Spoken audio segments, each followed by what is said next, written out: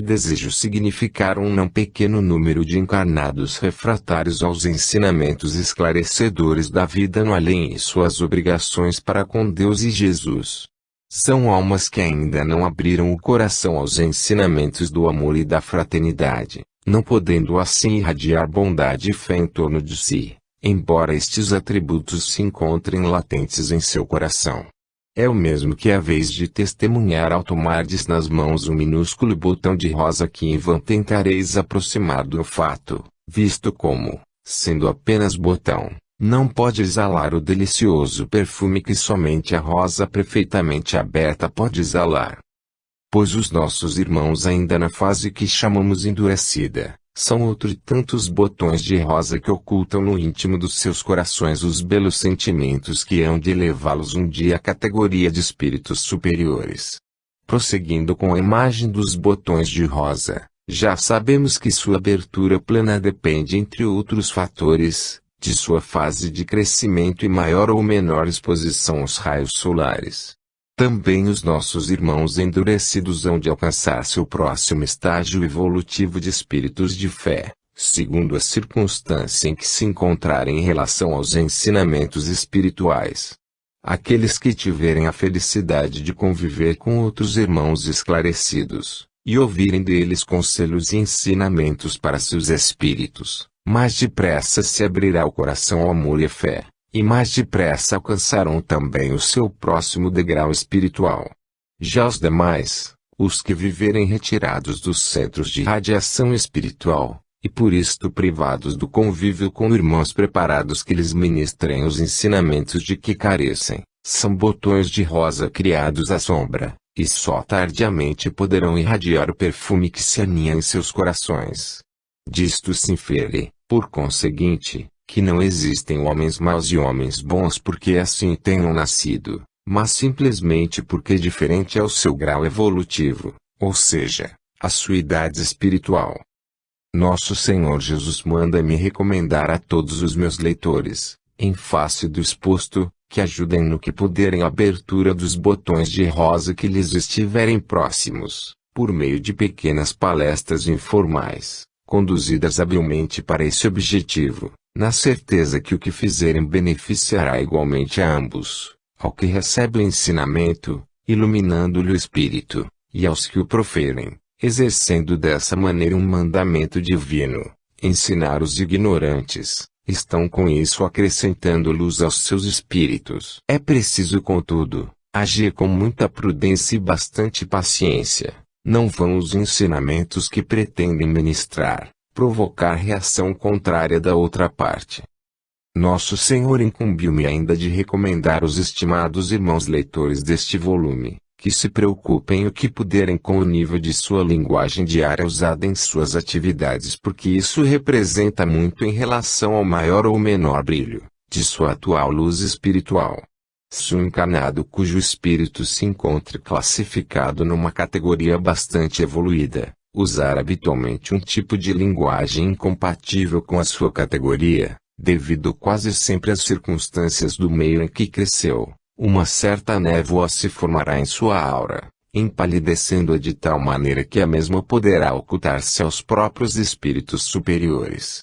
E quando este fenômeno se verifica, o que é deveras lamentável, esse encarnado poderá regressar a seu tempo ao plano espiritual de onde veio à Terra, em circunstâncias bastante desagradáveis para si próprio.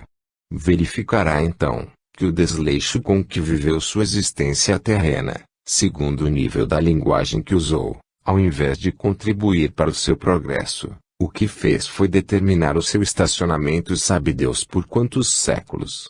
Já tem acontecido que mesmo enquanto na Terra, encarnados que se afeiçoam ao uso de uma linguagem condenável por sua deselegância moral, encerraram sua vida física em situação bastante triste e dolorosa, com o corpo afetado por enfermidades produzidas exclusivamente pelos reflexos da má linguagem que tanto lhes agradava usar, julgando-se com isso originais. Acresce que um tal tipo de enfermidades a medicina terrena é impotente para curar porque entre vós não existem por enquanto certos medicamentos espirituais. Quer dizer, para enfermidades de origem moral, medicamentos espirituais, assim como para as de origem material, medicamentos terrenos. Isto posto, meus prezadíssimos irmãos encarnados, quero oferecer-vos um ensinamento de grande utilidade para todos vós enquanto permanecerdes na terra, e de experiência para os vossos espíritos quando vos for dado regressar ao mundo espiritual.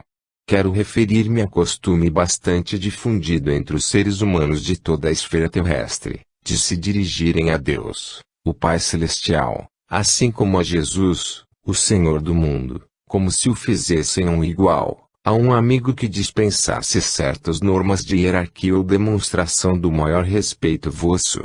Esse costume nós o verificamos largamente difundido, mas certamente por falta de ensinamentos por parte das diversas correntes religiosas existentes na Terra, do que propriamente pela índole de cada um. É necessário dizer a todos os encarnados que o ato de alguém se dirigir ao Pai Celestial ou ao Senhor do mundo, e ainda às entidades de sua devoção, deve ser precedido de uma demonstração de humildade tal, que uma vibração da maior pureza de sentimentos possa atingir no alto a entidade invocada. Costuma-se proferir uma prece, é verdade, antes do pedido. É necessário, porém, que essa prece seja proferida pelo coração, mais do que pelas palavras declamadas, porque essas palavras permanecem no ambiente e só o sentimento alcança o alvo visado, o Pai Celestial, o Senhor do mundo ou as entidades espirituais. Se aquele que necessita de algo e para adquiri-lo resolve dirigir-se às entidades de sua fé, e o faz após a irradiação de uma prece verdadeiramente sentida e acompanhada de uma vibração harmoniosa de seu coração, e ainda isento daquela ânsia dos desesperados, mas tranquila, serena, otimista, pode ficar certo de que o seu pedido se inscreveu por si mesmo nos arcanos espirituais, e seu atendimento já não necessita do beneplácito do alto, porque o pedido levou toda a força requerida para se materializar sem mais demora. Argumentareis vós que em tal caso os aflitos, os desesperados, não poderiam ver-se atendidos em determinadas circunstâncias. Vosso raciocínio estaria certo por desconhecerdes o potencial enorme de um pedido feito por um ser encarnado em momentos críticos, num naufrágio ou grave perigo, por exemplo, em que não sobra tempo para a prece nem a meditação. Nesses casos, que são muitos por toda parte, a vibração de socorro emitida pelos espíritos em perigo é tão poderosa, que todos nós a identificamos no espaço pelo traço luminoso característico produzido no éter que circunda a Terra. Uma vez identificado esse traço, acorrem ao local as entidades disso incumbidas, e o socorro é imediatamente prestado. Isto não quer dizer, contudo, que as vidas em perigo sejam todas salvas, mas algumas o serão, aquelas cuja hora de partir não tenha chegado para elas. As demais, as que não puderam ter sua permanência na Terra prolongada nesses momentos, são espíritos cuja partida de regresso estava de antemão fixada, inclusive da maneira pela qual se verificar. Isto sucede em virtude da lei que conheceis pela denominação de causa e efeito ou lei do karma.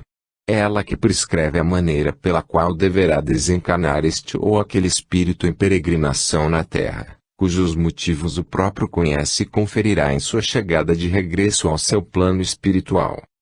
Assim pois, desejo firmar ainda uma vez a necessidade de vos dirigirdes ao Pai Celestial, a nosso Senhor, bem como aos vossos santos preferidos, não em atitude de quem se sente em condições de ordenar que lhe enviem isto ou aquilo, mas em atitude de grande humildade, de muita bondade e doçura de coração, não se esquecendo de acrescentar ao pedido a condicional de se o merecerdes, inclusive se ele for justo e conveniente para vós. Quem assim a Deus se dirigir, quem assim pedir a Jesus seja o que for, demonstrará desde logo pela maneira por que o faz, que seu coração se encontra em perfeita harmonia com as forças superiores, e portanto em estado de merecimento. Muitas outras coisas eu desejaria ensinar-vos, meus queridos irmãos, para que mais depressa alcanceis a vossa meta espiritual. Como, porém, Outros instrutores há que tereis depois de mim, eles certamente vos dirão o que faltar, e que tudo somado completará este valioso compêndio de ensinamentos espirituais que hão de ajustar-vos na vossa ânsia de alcançar a luz espiritual que ainda vos falta. Adeus, meus amiguinhos. Se porventura necessitardes de algum novo esclarecimento que em mim esteja, apelai mentalmente para o vosso dedicado irmão e amigo, Antero de Quintal. Nota: Antero de Quintal, 1842 a 1891, poeta filósofo português. Nasceu em Ponta Delgada, na ilha de São Miguel, Açores, em 18 de abril de 1842. Foi um dos caracteres mais nobres e um dos espíritos mais profundos do Portugal moderno. Pertenceu a uma família ilustre por títulos nobiliárquicos e também literários. Feitos os primeiros estudos em sua cidade, foi enviado a Lisboa, onde cursou o colégio fundado e dirigido por Antônio Feliciano de Castilho, e mais tarde para a Universidade de Coimbra, onde se bacharelou em Direito. Uma inteligência invulgar iluminava o espírito de Antero de Quintal, levando-o à produção de uma obra poética notável, e ao seu engajamento em virulenta e prolongada polêmica com outros poetas e escritores, da qual resultou bater-se em duelo à espada, no Porto, com Ramalho Ortigão, do qual resultou um ferimento leve no pulso de Ortigão. Sua vivacidade e madureza intelectual positivou-se também na área política, com a organização em Lisboa de um programa de conferências democráticas, iniciadas em maio de 1871. Tendo por companheiros outras importantes figuras da época, entre as quais Eça de Queiroz, Oliveira Martins, Manuel de Arriaga e Teófilo Braga.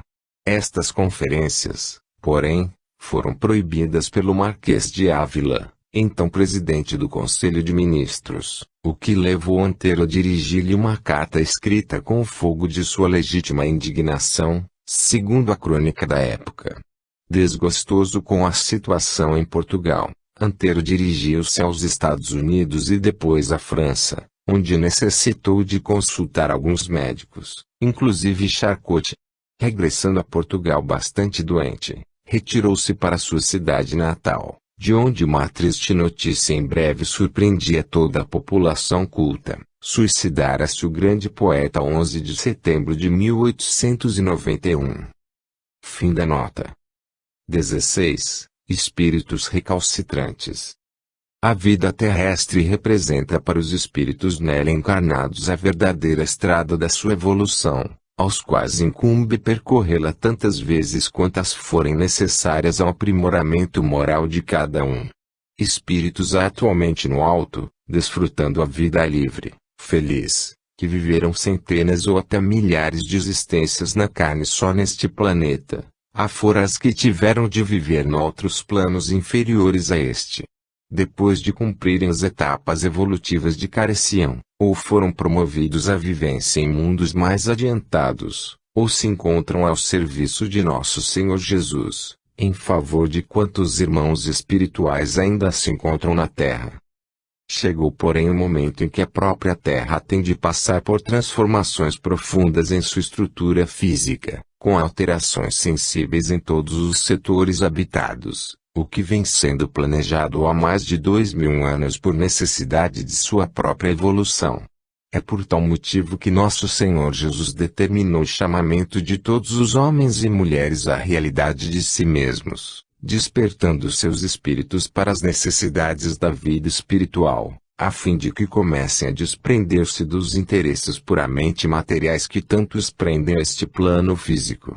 Bem sabe nosso Senhor que esse apego dos encarnados aos interesses materiais é uma decorrência natural da vida terrena.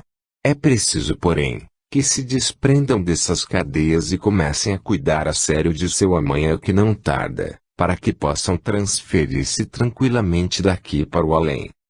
Este enviado que vos fala sente-se profundamente feliz em ter sido designado para vos dirigir algumas palavras neste propósito, a fim de que possais capacitar-vos do empenho que vai pelo espaço de Deus, em preservar todos os filhos encarnados de situações provavelmente terríveis ou apenas dolorosas, que podem ser perfeitamente evitadas. Desde séculos e séculos que na Terra se fala em salvação das almas em meio às doutrinas aqui ensinadas, sendo este ensino até há pouco nada mais do que uma ideia puramente abstrata. Tem-se indagado por vezes, salvar como? Sem que se tenha dado resposta satisfatória à indagação.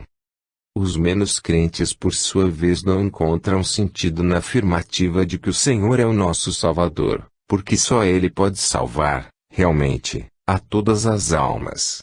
Essa afirmativa possui em verdade uma autêntica realidade, e nos tempos que passam ela aí está em pleno vigor através dos conselhos que estão sendo divulgados neste país e que deverão percorrer todo o orbe terráqueo, a fim de que todos os homens e mulheres deles tomem conhecimento e se preparem devidamente para sua próxima viagem de regresso ao mundo espiritual. Se outros e mais positivos fossem os ensinamentos religiosos difundidos na Terra, talvez estes conselhos não fossem necessários, porque os seres humanos estariam permanentemente preparados para empreenderem a qualquer momento a sua viagem de regresso. Infelizmente, porém, aqueles ensinamentos, de tão superficiais, não chegam a incutir na mente dos encarnados a realidade de sua vida transitória na Terra, encarnação após encarnação, deixando os adeptos apenas cientes da existência de um Deus por vezes vingador, de Jesus, seu Filho unigênito, em cujo poder muito poucos chegam a acreditar.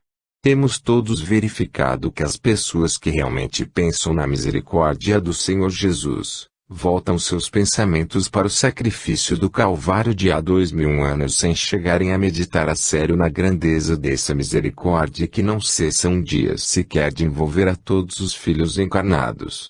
Com a aproximação do momento decisivo para a operação transformação, deliberou o Senhor mandar emissários à Terra a despertar individualmente a todos, e eis o que estamos fazendo, percorrendo todos os caminhos e regiões habitadas, e batendo de porta em porta como quem tivesse de despertar os moradores para algum grande perigo iminente que estivesse a pique de os atingir. Esse perigo existe realmente, meus queridos, e não é outra nossa tarefa em procurar despertar-vos do sono da matéria que estáis vivendo. O que esperamos conseguir por meio da palavra escrita e outros meios ao nosso alcance.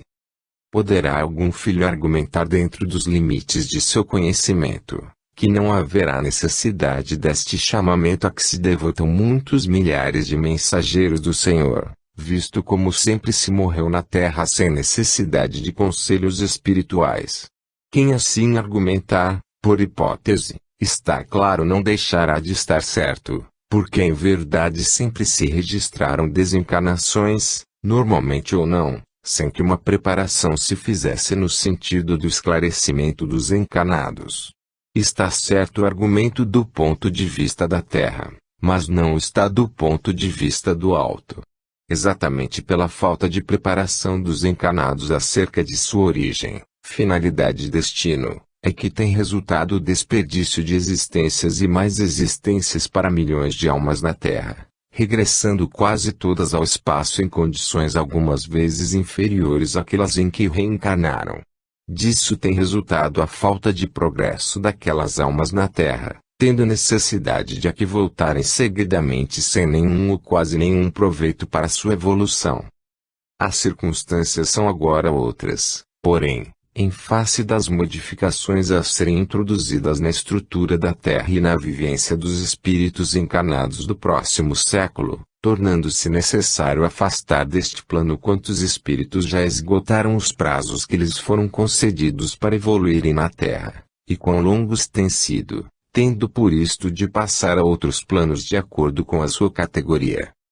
Estou a adivinhar uma pergunta que poderão formular alguns leitores menos compreensivos, desejosos de um esclarecimento acerca de como se poderá identificar esses espíritos que persistem em viver afastados de seus compromissos e deveres espirituais. Eu lhes deixarei nestas linhas esse esclarecimento, porque muito útil poderá ser igualmente para todos os leitores, habilitando-os a, por sua vez, esclarecerem os demais. O processo é o seguinte: todo encarnado, homem ou mulher, cuja maneira de viver entra em choque com os postulados da sociedade humana, que, de modo próprio, incide e reincide na infração a esses postulados, ou para ser mais claro, que engana, prejudica, ofende semelhante, está incorrendo não apenas na infração aos postulados da sociedade de que faz parte, como também das leis de Deus que mandam amar aos semelhantes como a nós mesmos. Criaturas que por interesses malsãos vivem a se aproveitar da confiança, boa-fé ou ignorância dos semelhantes para os prejudicarem, estão desde logo identificadas como espíritos recalcitrantes na prática do erro, uma vez que sua consciência lhes diz continuamente que tais atos não são dignos nem corretos, e que um dia virão a pagar por eles. Isto é a pura verdade, visto como a lei nos ensina que teremos de resgatar todas as dívidas até o último ceitil. Todas as criaturas nas condições descritas, assim procedem por inferioridade moral, por maldade, usando de astúcia ou de violência para prejudicar seus irmãos, contrariamente ao que no alto prometeram antes que lhes fosse concedida a presente encarnação. Não sendo então a primeira vez que assim procedem, nem talvez a 10ª para muitos destes irmãos, têm de todo esgotada a tolerância que lhes for acreditada e terminarão desta vez suas vindas à Terra, onde tão pouco conseguiram de útil para o próprio progresso. Estes irmãos recalcitrantes não poderão, evidentemente, fazer parte de uma humanidade correta, cumpridora dos seus deveres espirituais de amor e bondade como será a humanidade do próximo século, porque sua permanência na Terra constituiria nada menos que uma mancha negra sobre uma superfície alvenescente, característica dos atos e pensamentos da nova civilização que virá habitar a Terra no decorrer do próximo século. A humanidade que já se encaminha para a Terra, distinguir-se-á da atual pelo alto nível moral de seus pensamentos, os quais, reunidos na atmosfera da Terra, hão de formar uma espécie de novo satélite destinado a fornecer aos viventes de então a força magnética de que eles possam carecer em seus empreendimentos. Será esse novo satélite ao mesmo tempo, um regulador indispensável da vivência planetária, assim como o atual, a Lua, incumbe regular um sem número de atividades em vários setores da vida terrena. Aí tendes, meus queridos irmãos encarnados, em breves traços, quadro que vos poderá habilitar a identificar ao vosso redor os irmãos cujos atos os impedirão de voltar à Terra por todo sempre, uma vez que terão de seguir um caminho que os levará a encarnar em mundos onde poderão ensinar algo do que aqui aprenderam. A quantos outros filhos de Deus nesses mundos sofrem ainda a lapidação de seus espíritos primários. Eis o que venho dizer-vos por determinação do Senhor Jesus, um irmão vosso que também palmilhou como vós os mais áridos e sombrios caminhos da terra, ao longo dos quais tanto amou e sofreu em prol de sua evolução. Hoje, distinguido com a graça do Senhor, aqui está e se despede, Leon Tolstói. Nota: Leonid Nikolaevich, Conde de Tolstói, 1828 a 1910. Romancista e moralista russo. Nasceu em Yasmar em 9 de setembro de 1828. Ficando órfão muito cedo, teve um preceptor francês, Saint Thomas, apresentado em suas recordações com o nome de Jerônimo. Em 1843 entrou para a Universidade de Kazan, dela se retirando 4 anos depois para Yasmaya Poliana, sua terra natal, onde pretendia residir. Em 1851, porém, foi mobilizado para o Cáucaso, sendo nomeado oficial de artilharia na Guerra do Oriente. Aí escreveu sua primeira obra, A Infância, publicada em 1852 com as iniciais LT. Sua atuação destacada no cerco de Sebastopol e na Batalha de Tchernaia valeu-lhe a nomeação para comandante da sua divisão. Terminada a guerra, fixou-se em Petrogrado, onde se dedicou à literatura, escrevendo aí várias obras. Em 1858 percorreu vários países da Europa, onde escreveu mais algumas obras. Regressando à sua cidade, fundou uma escola modelo para os camponeses e uma revista pedagógica, sendo nomeado juiz de paz. Casou-se em 1862, em cuja vida tranquila do lar, escreveu Guerra e Paz e Ana Karenina, duas obras que bem prenunciavam as suas ideias futuras. Travando conhecimento com dois camponeses, Soltaev e Bondarev, fundadores de duas setas religiosas destinadas a demonstrar que a renovação do mundo se fará por meio do trabalho manual e individual, Tolstói abandonou o mundo para se dedicar aos trabalhos da terra com suas próprias mãos.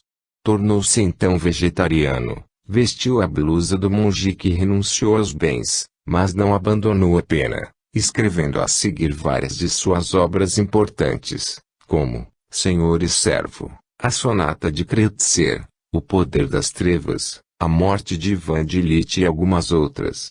A 20 de dezembro de 1910, durante uma excursão iniciada 10 dias antes, Leon Tolstói desencarnava em Astapol, extinguindo-se aí uma vida inteiramente devotada ao aperfeiçoamento da maneira de pensar e de viver dos seus contemporâneos. Suas máximas prediletas eram: amai-vos uns aos outros e não resistais ao mal pelo mal.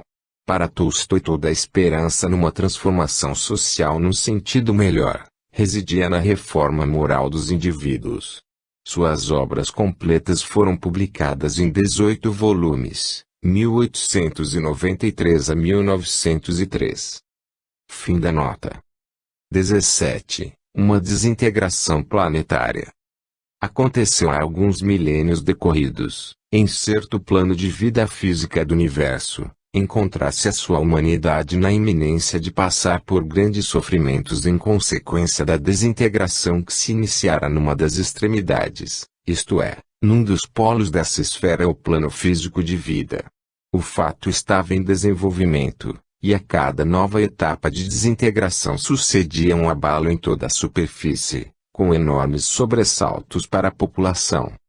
Os cientistas desse mundo, cujo volume pode ser comparado ao de 100 vezes a superfície da Terra, entraram a estudar o fenômeno com grande empenho, para poderem prevenir as possíveis consequências. Excursões e excursões de geólogos, engenheiros, físicos, e de outras categorias se dirigiram aos pontos mais próximos do local em que a desintegração progredia, na ânsia de identificarem as causas e proverem os remédios se possível. Enquanto isso, toda a superfície da esfera registrava os abalos sofridos pelo fenômeno, ameaçando a segurança total, com grave perigo de vida para seus habitantes que já não encontravam momentos de paz e tranquilidade para seus espíritos. Uma providência, das primeiras a serem tomadas, foi a entrada em comunicação telepática com habitantes de outra esfera reconhecidamente mais evoluída, durante a qual se pedia a seus felizes habitantes uma informação segura acerca do que então se passava, e dos meios adequados a impedir a desintegração total do planeta em causa. Naturalmente, em se tratando de mundos distantes, afastados por algumas centenas de milhões de milhas um do outro, somente após uma insistência prolongada foi possível aos habitantes da esfera vizinha receber e entender o que lhes suplicavam os irmãos aflitos do mundo em princípio de desintegração. Foram então promovidas grandes reuniões dos habitantes da esfera solicitada, a fim de, mediante o estabelecimento de uma forte corrente magnética, poder-se obter de muito mais alto a informação que lhes estava sendo solicitada.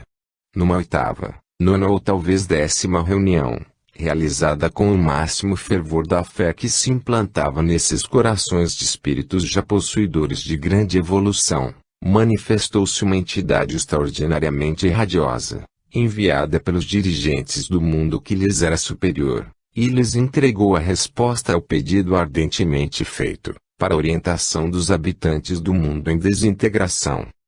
Sem que permitido nos seja transcrever a íntegra do conteúdo da informação em referência, procurarei traduzir uma pequena parte dela, pelo interesse daí resultante para os meus queridos irmãos terrenos.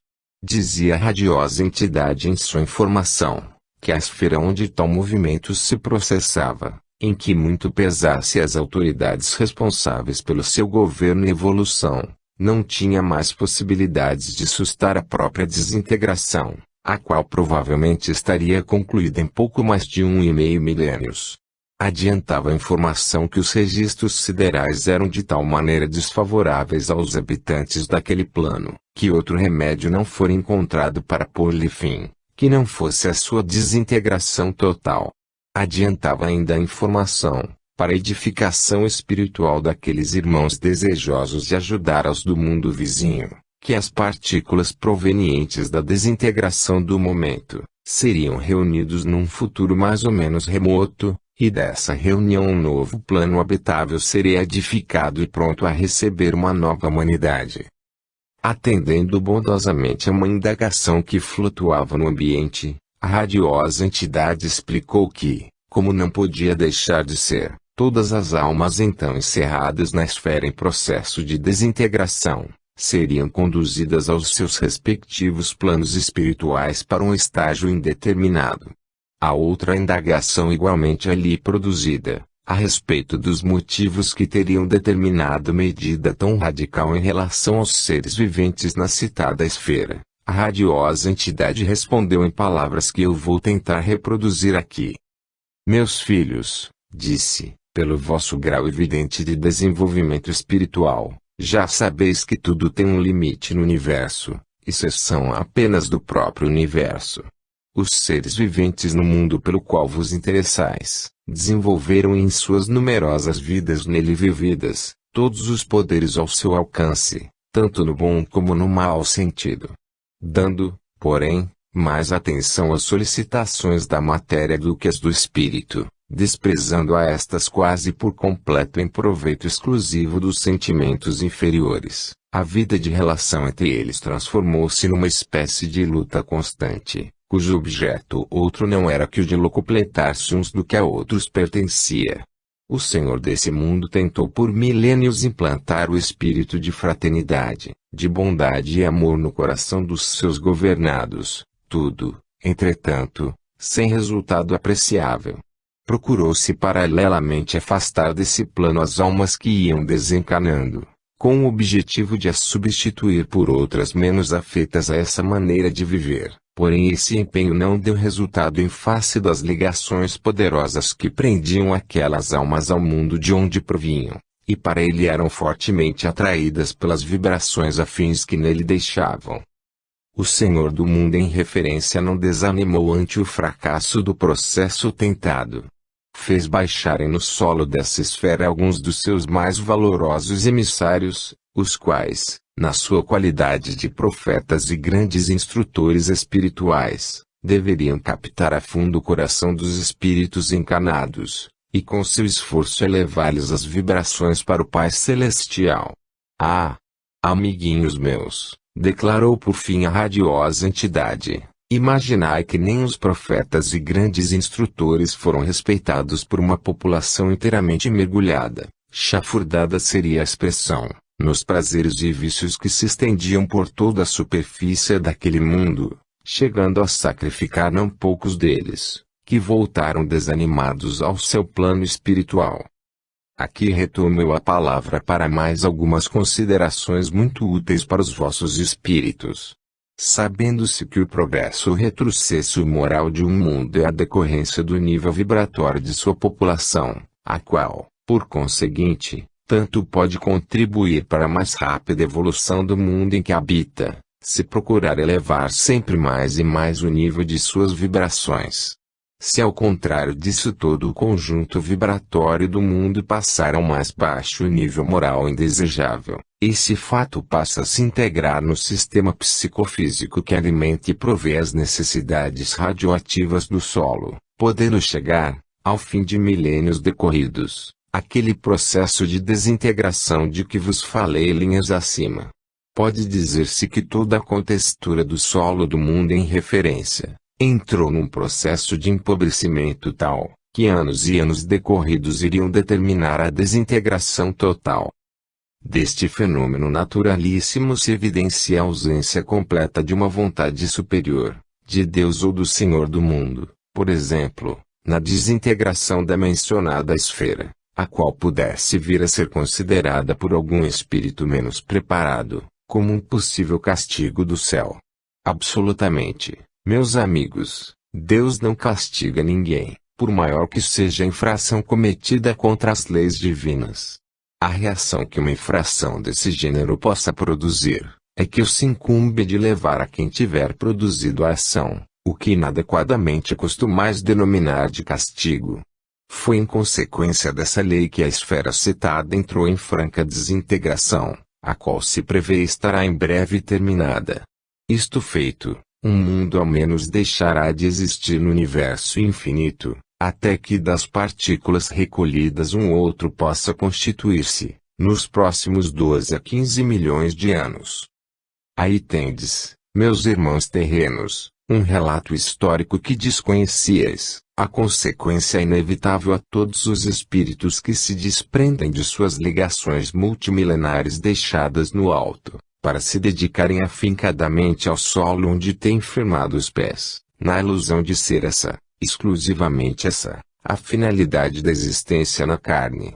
Muito ao contrário disso, a existência na carne representa a necessidade do espírito para se manter no solo terreno durante o maior período de tempo possível, enquanto vai praticando suas melhores ações, ampliando laços de fraternidade e amor aos seus semelhantes, para delas recolher novos focos de luz espiritual de que tanto necessita.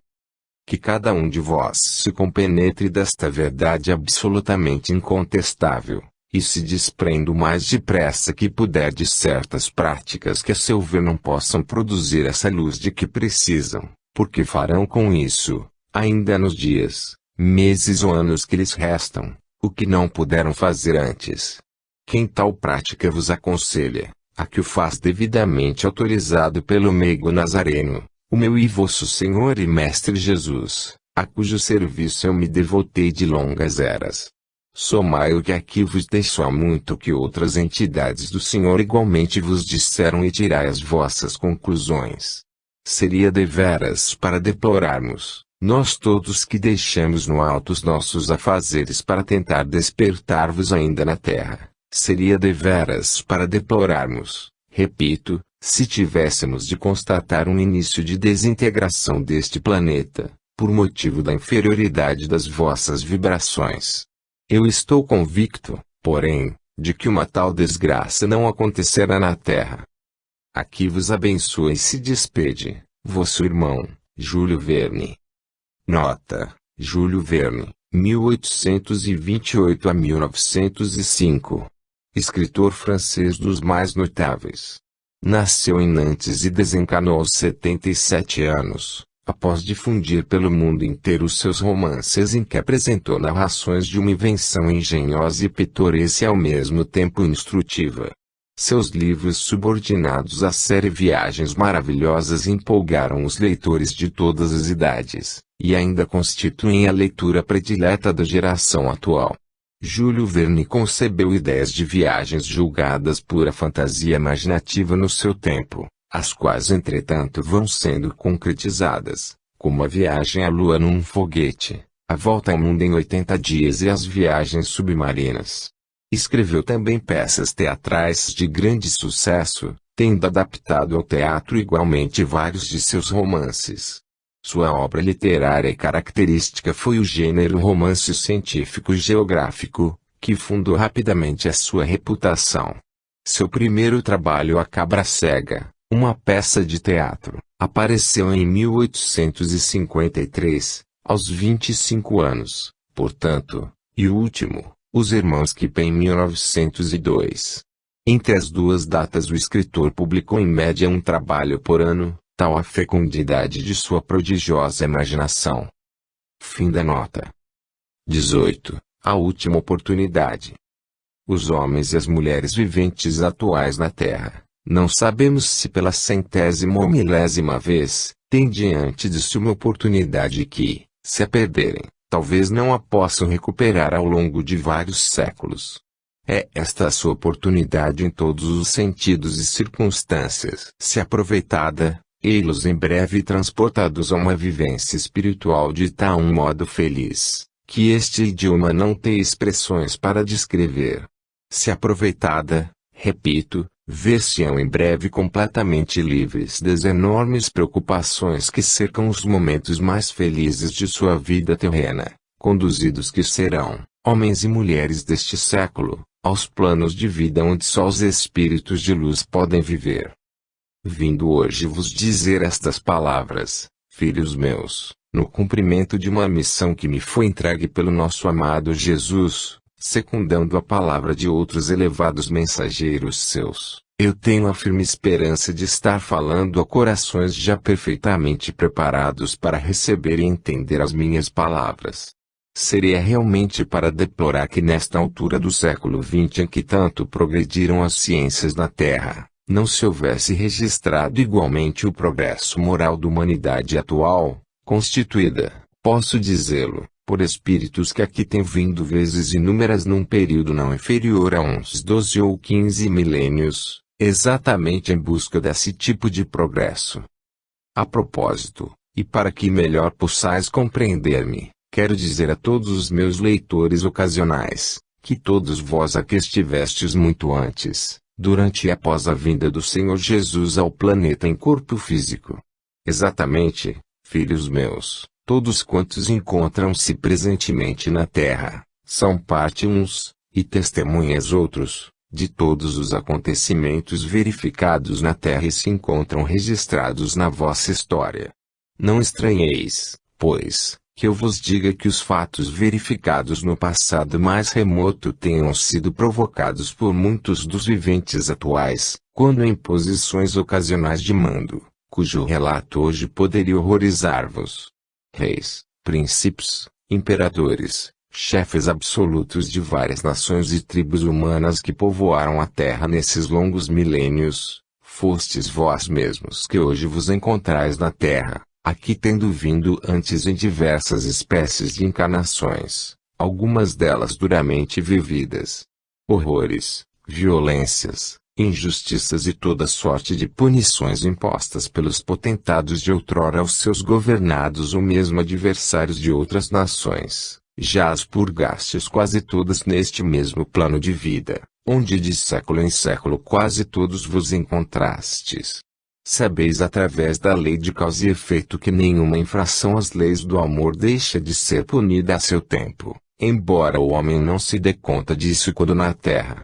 Seu espírito porém o sabe, porque ao descer à terra para cada nova reencarnação, ele tem diante dos olhos todo o quadro de suas vidas passadas, comprometendo-se a pagar em cada nova existência terrena, uma, duas ou até a totalidade das manchas negras nele existentes. E dessa forma se explica aos vossos corações a razão de nascerem crianças mutiladas, defeituosas, anormais enfim, quando o estado saudável de seus progenitores só deixava prever o nascimento de filhos absolutamente sádios.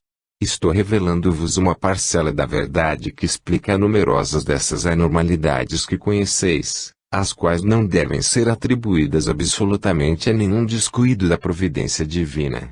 Existe para cada caso uma explicação verdadeira, que qualquer de vós poderá comprovar mais tarde no plano a que for conduzido após largar na terra esse fardo de carne que formou e conduz na presente existência. Isto posto, posso contar então com a vossa compreensão para o que venho dizer-vos, meus filhos, no sentido de que não deixeis fugir esta oportunidade que se apresenta, precisamente num fim de século e de civilização, para alcançardes a vossa redenção total como filhos obedientes que tendes sido em numerosas vidas terrenas. Se desejardes penetrar um pouco no vosso passado para poderdes aferir do quanto haveis purgado neste mundo os vossos erros milenares, eu vos aconselho a que mediteis sobre isto ao deitar-vos, mas recomendo-vos que vos prepareis para ver talvez horrores capazes de causar abalo na vossa tranquilidade de hoje. Podereis fazer isto a título de curiosidade, mas amparai-vos antes no Senhor para que possais fugir prontamente ao assunto, quando certos quadros do vosso passado se vos apresentarem. Por exemplo, pode suceder que se mostre uma cena em que, após lutardes valentemente com um vosso semelhante e o abaterdes, vos entregastes à consumação dos despojos, numa atitude canibalesca que o vosso progresso atual já não suporta. Ou então, poderá mostrar-se esta outra cena igualmente desagradável nos dias atuais, vós, Senhor absoluto de um povo tímido ao qual o vosso reinado explorava desde os trabalhos da guerra aos próprios bens de consumo, por uma simples desobediência forçada não raro pela própria sobrevivência, vós, Senhor absoluto desse povo pelo jugo que lhes impunheis, mandastes vir à vossa presença, homens, mulheres e crianças maltrapilhos e quase mortos de fome, acusados de desobediência ao vosso mando, e tranquilamente, alegre até, assististes ao chicoteamento de todos até a prostração. Era para exemplo dos outros, dizíeis, que se ordenara esse tipo de punição. Desejais certificar-vos disso. Pedi-o em vossa meditação. Tranquilizai-vos, porém, filhos meus, porque aqueles de vós que tais barbaridades houverem ordenado, já as resgataram completamente através de vidas e vidas vividas na terra em várias circunstâncias. Para encurtar este relato eu vos direi que aquele que matou, foi morto de igual maneira, o que chicoteou, foi chicoteado, o que feriu, foi ferido nas mesmas circunstâncias, de maneira que hoje podereis considerar-vos espíritos já despidos de todos aqueles crimes, por havê-los resgatado no próprio solo em que tenham sido cometidos. E assim sendo, chegado é o tempo de todos se prepararem para a viagem de regresso ao plano espiritual de onde desceram à terra, devendo fazê-lo então, não mais na categoria de espíritos em prova de resgate, porém na categoria de espíritos livres, por se haverem integrado nas leis do amor e da fraternidade. E o que faltará então? Perguntareis vós. Apenas a vossa inscrição definitiva na categoria de espíritos do Senhor, pondo-se em contato com o Senhor do mundo, para receber cada um em seu coração as bênçãos de luzes que o Senhor lhes enviará cada dia ou cada noite em que a ele se dirijam.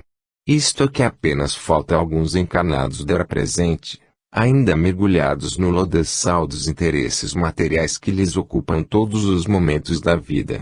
A esses eu direi que acordem já, enquanto há tempo de se prepararem, visto haver sido dado já o sinal de partida dos operários do Senhor para a transformação da estrutura planetária. A esses eu convidarei com a máxima doçura das minhas palavras, e todos os anelos do meu coração, a que despertem, abram os olhos espirituais, e se decidam pelo único caminho que podem seguir com êxito, para alcançarem sua verdadeira felicidade, o caminho de Jesus, nosso Senhor e Mestre.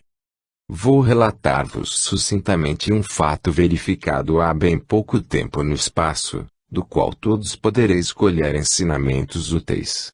Chegava da Terra um espírito que em sua existência recém-finda só se preocupava com os interesses materiais, com o pensamento honesto de promover a tranquilidade daqueles que a providência divina fizera nascer em seu lar. Trabalhou durante várias décadas, para formar um patrimônio capaz de proporcionar realmente a tranquilidade econômica de seus descendentes. Neste afã, o nosso irmão não teve tempo de cuidar de si próprio, da iluminação do seu espírito por meio da oração, da ajuda aos semelhantes, porque sua única preocupação fora a família, proporcionando-lhe uma vida alegre e feliz, despreocupadamente feliz. Eis que a seu tempo nosso irmão teve de regressar ao seu plano no além, e esse passo sempre se cumpre sem delongas nem apelação. Partiu ele então da terra tal como havia descido, carecente da luz e progresso espiritual que viera buscar, por não ter tido tempo de cuidar do espírito. Foram desses irmãos dos quais muitos ainda existem na terra, que respondem tranquilamente a quantos os convidam a meditar na vida futura, nos interesses do espírito. Deixemos isso para depois, agora meus interesses são outros. Nosso irmão também proceder assim, deixando de cuidar do espírito, porque o depois não houve, por haver sucumbido inesperadamente. Imaginem porém os meus queridos leitores, o duplo desespero que desse irmão se apoderou, apenas decorrido pequeno lapso de tempo no plano em que se encontrou. A bela fortuna que tantos sacrifícios lhe custara, porque se transformara na única preocupação de sua vida, facilmente se desfez entre os seus herdeiros pelas divergências que entre eles se criaram, e rapidamente se diluía nos postulados judiciários. Aqueles para quem o chefe tanto se empenhou em trabalhar a ponto de se esquecer de si mesmo, pouco puderam aproveitar, porque, segundo um sábio princípio espiritual, quando a fortuna, a riqueza, não é transferida por direito divino, mas, apenas por direito humano, seus beneficiários não chegam a prevalecer-se dela porque a mesma se esvai pouco a pouco de suas mãos. Foi o que aconteceu ao nosso irmão. Seus familiares não possuíam merecimento para se tornarem possuidores da fortuna que davam, e por isso ela se evaporava de suas mãos sob a contemplação melancólica de quem tanto se empenhara na terra em reuni-la. Agora o outro lado da história, ou como dizeis, o reverso da medalha. O nosso irmão desencarnado capacitou-se ao fim de alguns anos de novamente no espaço, graças aos ensinamentos ali recebidos de seus protetores, de haver perdido sua última existência terrena. Seus familiares, tendo perdido quase todos a sua parte da bela fortuna então herdada, cedo se esqueceram de quem tanto o fizera pelo seu bem-estar, e nem se lembravam de orar ao Senhor por ele. E tendo se ocupado toda a vida em juntar dinheiro e bens, também ele não teve tempo de orar por si próprio, de meditar sobre os motivos de sua existência mesma, nem sequer de agradecer ao Senhor a proteção largamente recebida. Resultado, uma encarnação perdida como muitas, inúmeras mesmo, tanto no passado como ainda nos dias que correm. Se você, meu filho, que estas palavras lê, suspeitar sequer que poderá encontrar-se em situação idêntica, por Jesus lhe peço, não perca tempo. Ponha seu joelho em terra e eleve seu pensamento ao Senhor, em meio a uma prece sentida no coração, e reconcilie-se enquanto é tempo. Reconcilie-se já e já, com o nosso Senhor Jesus Cristo. É o que de todo o coração lhe pede um Espírito do Senhor, que passou ultimamente pelo solo terreno com o nome de Ponson do Terrail. Nota: Pedro Aleixo, Visconde de Ponson do Terrail, 18.291.871, romancista francês dos mais fecundos. Nasceu na vila de Montemar, próximo de Grenoble, tendo desencarnado na idade de 42 anos em Bordeaux.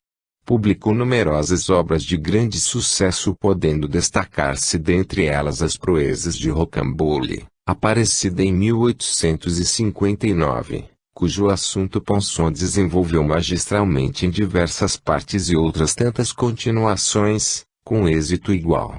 A certa altura, considerando o assunto já demasiado prolongado, Ponson deu morte ao personagem no lance em que este fora colhido sem remédio por seus perseguidores. Para que fizera ele isto? Foi tal a onda de protestos por parte dos leitores, que o autor viu-se obrigado a produzir a ressurreição de Rocambole, no volume aparecido em 1866, reeditado seguidamente. Ponson do Terrail era sobrinho do general Toscano do Terrail, admitindo-se que seria descendente de Bayard, o cavaleiro sem medo e sem mácula, senhor do Terrail. Fim da nota. 19. Chave espiritual da salvação. Depois de alguns séculos de ausência deste mundo terreno em que tanto consegui aprimorar o meu espírito, eis-me novamente no vosso meio em espírito, para dirigir-vos, primeiro as minhas saudações fraternais a todos vós que ainda vos sentis prisioneiros da carne, e em segundo, para dar-vos também a minha palavra de confiança e de fé na grandiosidade da misericórdia divina. Deixai que me expanda um pouco em minha grande alegria, pelo fato desta minha presença se verificar precisamente neste grande e belo país que amei como se fora minha pátria, porque em verdade não serei capaz de distinguir a qual dos dois países eu mais amei, se aquele velho reino em que nasci, se este país onde fui conduzido por forças superiores para que edificar a minha personalidade.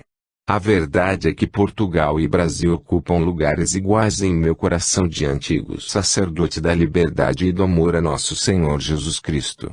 Benditos sejam pois aqueles tempos de lutas e sofrimentos morais, pelo bem, pela luz e felicidade que me proporcionaram.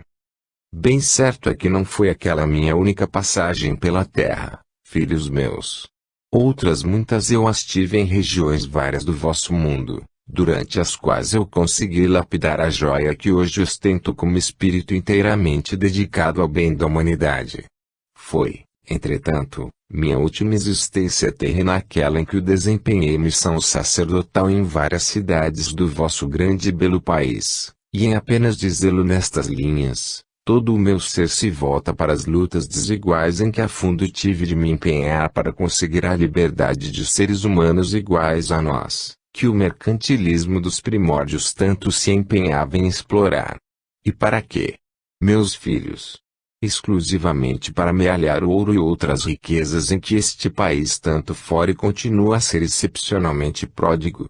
Desculpai, filhos meus, esta longa digressão em causa própria, porque outras são as razões de minha presença na terra, todas elas motivadas pelo empenho em que se encontram todas as forças superiores do vosso mundo, sob a chefia do nosso amado Jesus, o sol de todos os Espíritos de Deus em tarefas de serviço entre vós.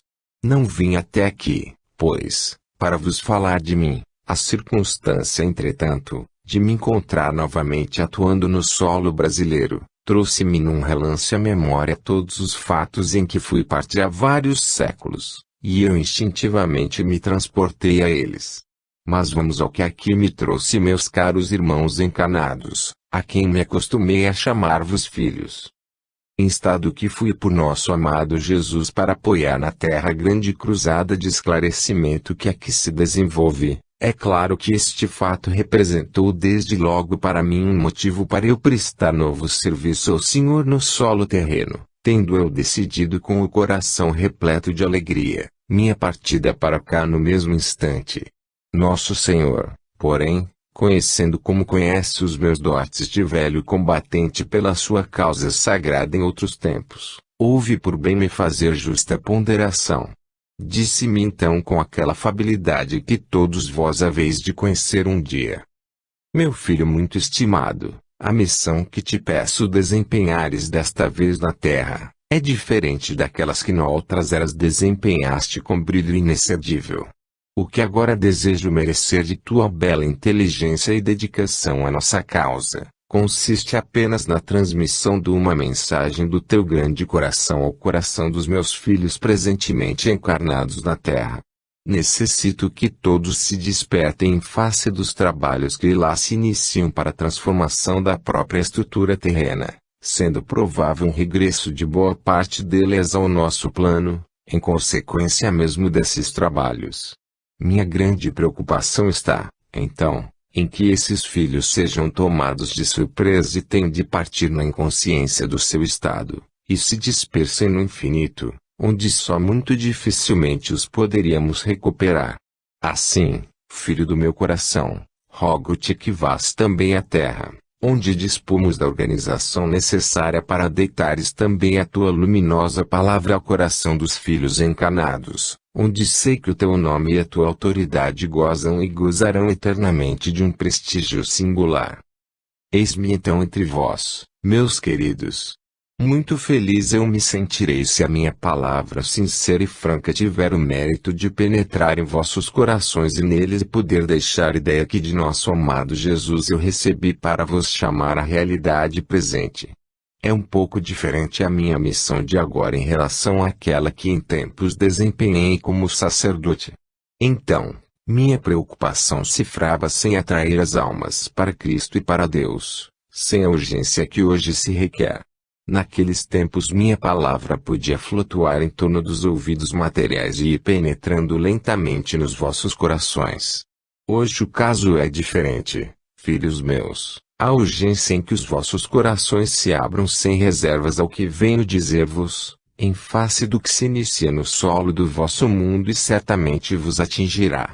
O que eu me empenho hoje em dizer-vos, meus filhos, é que há necessidade de todos vós estabelecerdes estreita ligação com as forças superiores que orientam e dirigem os trabalhos de transformação da terra, a fim de que no momento de serdes atingidos não tenhais nenhuma dificuldade a vencer, sejais recebidos confortavelmente pelos vossos maiores do espaço e confortavelmente acomodados em companhia de quantos vos seguirem.